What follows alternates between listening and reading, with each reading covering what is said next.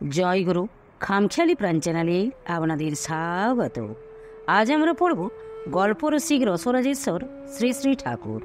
লিখছেন শ্রীমতী ঝুলন লায়েক। জয়গুরু।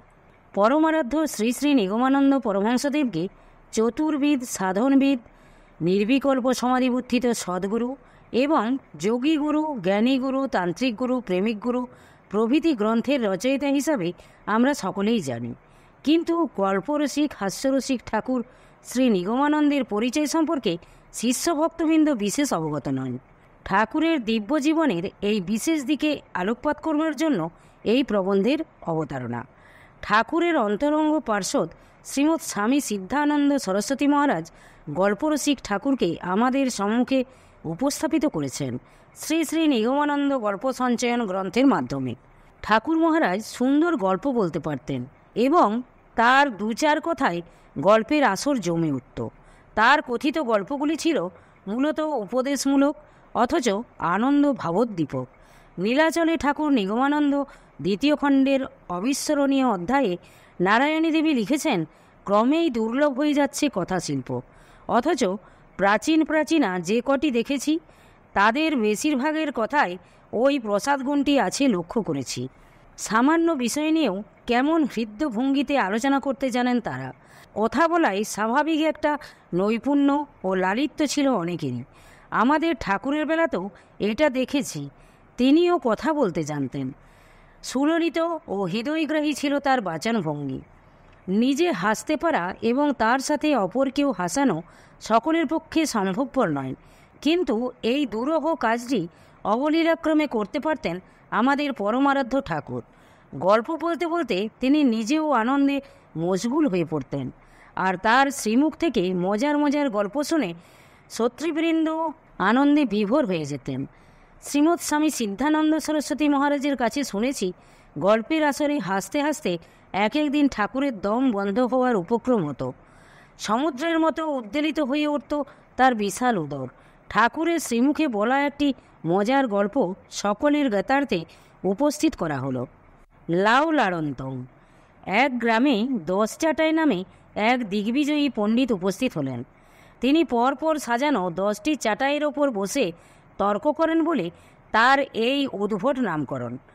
তার সঙ্গে তর্কযুদ্ধে কেউ পেরে ওঠে না। গ্রামের পর গ্রামকে তর্কে পরাস্ত করে অবশেষে তিনি এই গ্রামে এসে উপস্থিত হয়েছেন। এসেই তার হাঁক ডাক শুরু হয়ে গেল, তোমাদের গ্রামে কোনো পণ্ডিত আছে? তাকে নিয়ে এসো, আমি তার সঙ্গে তর্কযুদ্ধ করব। ওই গ্রামে এক অতিশয় বুদ্ধিমান লোক ছিল। সে সব ঘটনা জেনে সঙ্গে সঙ্গে 100খানা চাটাই জোগাড় করে এনে 10 চাটাই পণ্ডিতের পাশে পরপর সাজিয়ে তার উপর উঠে বসে হুঙ্কার দিল, আমার নাম শত চাটাই পণ্ডিত। আপনার আহ্বানে সাড়া দিয়ে আমি আপনার সাথে তর্কযুদ্ধ করতে এসেছি। আপনি হলেন পূর্বপক্ষ আর আমি উত্তরপক্ষ। এবার বলুন, আপনার প্রশ্ন কি? 10 চাটাই বললেন, লাউ লাড়ন্তং। এ কথা শুনেই শত চাটাই তার গালে ঠাস করে এক চড় মেরে বললেন, প্রথমেই লাউ লড়ন্তং কী রে? আগে মাটি খুঁড়ন্তং, বীজ পুতন্তং, জল দিয়ন্তং, চারা হন্তং, গাছ বাড়ন্তং, মাচা করন্তং, ফুল ফুটন্তং, ফল ধরন্তং, লাউ বাড়ন্তং, লাউ পাড়ন্তং, লাউ কুটন্তং, আগুন ধরান্তং, কড়াই চাপান্তং, তেল ঢালন্তং, কাটা লাউ ছাড়ন্তং, ছ্যাং কলকল করন্তং, তারপর তো খুন্তি দিয়ে লাউ লাড়ন্তং। গ্রামের লোকেরা শত চাটাইয়ের নামে জয়ধ্বনি দিতে লাগলো। 10 চাটাই পণ্ডিত তর্কযুদ্ধে পরাস্ত হয়ে নতমস্তকে গ্রাম ছেড়ে চলে গেলেন। ঠাকুর নিজে ছিলেন একজন শিশু ভোলানাথ। 1320 থেকে 21 বঙ্গাব্দে সারস্বত মঠে বিকালবেলায় ছোট ছেলে মেয়েদের নিয়ে একটা আসর বসাতেন ঠাকুর। তার নির্দেশে বাচ্চারা সেখানে প্রাণ খুলে নাচ গান করত, গল্প বলতো, হাসত, খেলত, আর ঠাকুর তাদের মাঝখানে বসে তুড়ি দিয়ে গান করতেন। একটি গান বেঁধেছিলেন ঠাকুর এবং সেটি ছিল ওই শিশুদের আসরের প্রিয় গান, হরি বলে আমার বিমু নাচে, নাচেরে নরসিং আমার সঙ্গে ঈশ্বর চন্দে, মুতে মুতে ঘর ভিজাই মরি তাহার গন্ধে। তার মুখে এ গান শুনে হা হা হি হি করে হেসে গড়াগড়ি দিত ছোটরা। চতুর্বিদ সাধনসিদ্ধ পরমহংস সন্ন্যাসী শিশুদের নিয়ে আনন্দ করার এরূপ অপূর্ব বিবরণ আমরা পাই ঠাকুরের লীলা রচিত নীলাচলে ঠাকুর নিগমানন্দ গ্রন্থের প্রথম খণ্ড থেকে। এই গ্রন্থ থেকে জানা যায়, প্রথম আলাপের কিছুদিন পরেই একখানা চিঠিতে ঠাকুর অশ্বিনীবাবুকে লিখেছিলেন, কলিকাতা অবস্থানকালে সন্ন্যাসীর কঠোর জীবন ও আপনার ছেলে মেয়েগুলি সরস করিয়া রাখিয়াছিল। এখনও তাহারা আমায় ত্যাগ করে নাই। বিশেষত ছানার মধুর মূর্তি নিয়তই সামনে ভাসিয়া উঠিতেছে।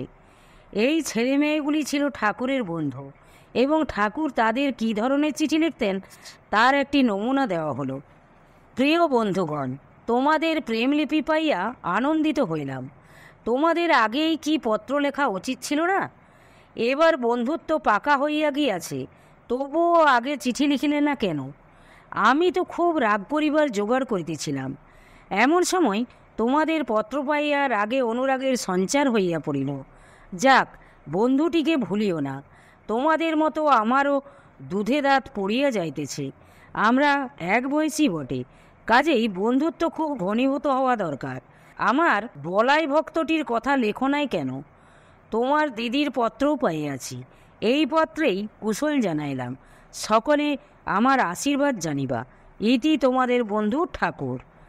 এক্ষেত্রেই উল্লেখযোগ্য, ঠাকুর একদিন কথা প্রসঙ্গে স্বরূপানন্দজির কাছে বলেছিলেন, আমি বালকের কাছে বালক, সাধুর কাছে সাধু, চোরের কাছে চোর, স্ত্রীলোকের কাছে স্ত্রীলোক। তাই সকলেই আমাকে তাদের একজন মনে করে। 1338 সালে নীলাচল কুটিরে এক সন্ধ্যায় ঠাকুর অল্প জলযোগ সেরে আপনভাবে ডুবেছিলেন। লীলা ঘরে এসে ঠাকুরের গা ঘেঁষে বসে, বাবা গল্প বলো বলে আবদার করতে লাগলো। ঠাকুর গল্প বলছেন না দেখে হুকার নল টেনে নিল। ঠাকুর লীলার উৎপাতে চোখ মেলে হুকার নলটা উদ্ধার করে 2-4টে টান দিয়ে স্মিত মুখে গল্প আরম্ভ করলেন। একটি গরিব লোক সুন্দর সুন্দর পাখি ধরে শহরে এনে বিক্রি করে কোনো রকমে সংসার চালায়। একদিন লোকটি বনে গিয়ে মস্ত এক জাল পাতল, তারপর খাবার ছড়িয়ে দিয়ে ঘরে ফিরে গেল। সন্ধ্যাবেলা এসে জাল গুটিয়ে পাখিগুলি ধরে নিয়ে যাবে। অনেক পাখি জালে আটকে পড়ল, কিন্তু জালটায় একটা ফুটো ছিল। লোকটার তা জানা ছিল না। পাখিগুলির মধ্যে একটি পাখি সে ফুটোর সন্ধান পেয়ে সেখান দিয়ে ফুরুত করে বার হয়ে গেল বলেই ভুরভুর করে তামাক খেতে লাগলেন ঠাকুর। লীলা কোনো দিন পাখির গল্প শোনেনি, তাই সে খুব উৎসাহিত হয়ে বলল, তারপর?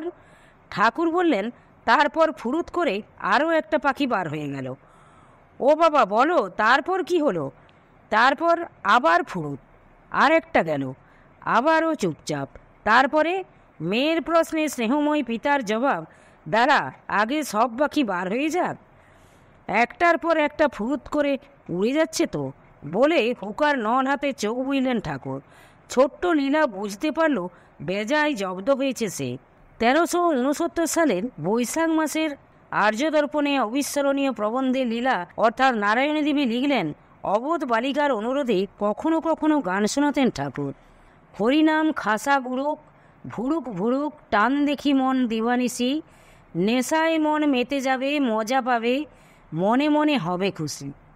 গুড়গুড়িতে টান দিতে দিতে মাথা নেড়ে নেড়ে এ গান গাইতেন ঠাকুর। ভুরুক ভুরুক বলে নলে দুটো টান দিয়ে হুকার পেটে ওই শব্দটা শুনিয়ে দিতেন। দারুণ মজা পেয়ে খিলখিল করে হেসে উঠত লীলা। ঠাকুর ছিলেন প্রকৃত অর্থেই বহুরূপী। আধ্যাত্মিক জগতে সর্বোচ্চ শিখরে আরোহণ করেও পরবর্তীতে বিভূতি ঐশ্বর্যকে গোপন করে সহজ মানুষ হিসাবে শিষ্যভক্তদের সাথে লীলা করে গেছেন লীলাময়। পরমারাধ্য ঠাকুর মহারাজ সম্পর্কে শ্রীমৎ স্বামী সত্যানন্দ সরস্বতী মহারাজের পর্যবেক্ষণ এক্ষেত্রে সবিশেষ উল্লেখযোগ্য। নির্গুণ ব্রহ্ম আমাদের সম্মুখে নরাকার পরব্রহ্মরূপে ধরা দিয়েছিলেন। এত স্নেহ প্রীতি, এত ভালোবাসা, এত করুণার স্থান যে একাধারে সম্ভব, ঠাকুরকে দেখিয়া আমরা তাহা মর্মে মর্মে উপলব্ধি করিয়াছি। তত্ত্ব বিশ্লেষণ শুনিতে শুনিতে যেমন আমরা আত্মহারা হইয়া পড়িতাম, ঠাকুরের শ্রীমুখে গল্প শুনিতে শুনিতেও তেমনি আমাদের বাহ্যজ্ঞান লুপ্ত হইয়া পড়িত। মানবদরদী এইরূপ সহজ ঠাকুরের কৃপাধন্য হইয়া আমরা বাস্তবিকই সৌভাগ্য গর্বে গর্বিত। পরিশেষে শ্রীমৎ স্বামী সিদ্ধানন্দ সরস্বতী মহারাজ বিরচিত নিগম বন্দনার দুটি পংক্তি উদ্ধৃত করে আমার হৃদয়ের রাজা ঠাকুর মহারাজকে অনন্ত কোটি প্রণাম জানিয়ে বলি, রসময় তুমি, প্রেমময় তুমি, জ্ঞানময় তুমি, শান্তিময়, মহিমা তোমার চিরভাস্বর, গাহিবে বিশ্ব তোমার জয়। জয় গুরু, জয় গুরু। আজ এই পর্যন্তই। যদি আপনাদের ভালো লেগে থাকে তাহলে চ্যানেলটিকে সাবস্ক্রাইব করে সাথে থাকবেন। জয় গুরু, জয় গুরু।